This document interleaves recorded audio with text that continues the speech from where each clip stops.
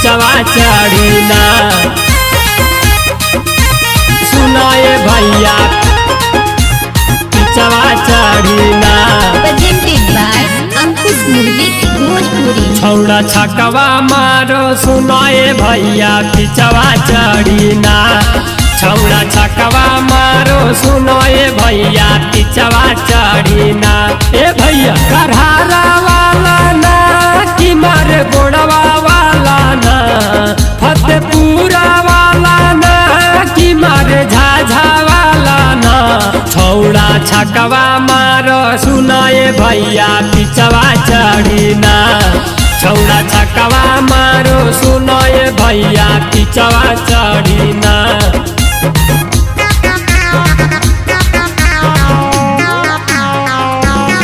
छौड़ा छकवा मारो सुनाए भैया। छौड़ा छकवा मारो सुनाए भैया। एक मना कर है भैया करिए छोड़ा के आउट हूँ। दूसर मोना सोची के हो बहे मनमा में डाउट हूँ। मनमा में डाउट भैया एक मोना कर है भैया करिए छोड़ा के आउट हूँ। दूसर मोना सोची के हो बहे मनमा में डाउट हूँ। लागो है कि मार देते पहली बोल पे छकाना। लागो है कि मार देते दूसरा बोल पे चौकाना। छोड़ा सोटवा मारे सुनाए भैया पिचवा चढ़ीना। छौड़ा सोटवा मारे सुनाए भैया पिचवा चढ़ीना। पिचवा चढ़ीना। सुनाए भैया पिचवा चढ़ीना। Presented by Ankush Music Bhojpuri। देखिए के सोटवा सभे करे लगले हाला। लागो है कि मरते छकवा छौड़ा टोपिया वाला।